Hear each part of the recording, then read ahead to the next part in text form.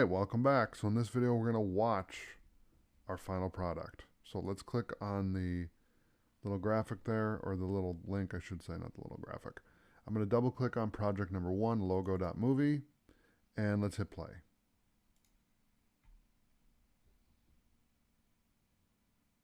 Beautiful.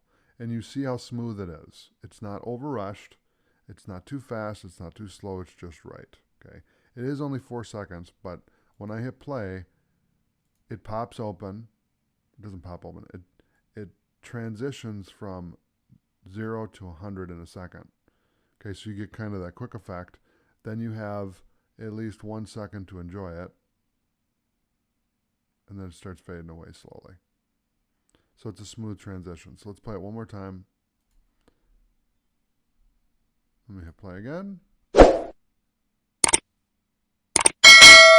It's a very clean movement. Okay? So that's the final video. Thanks for watching, and I'll see you in the next video.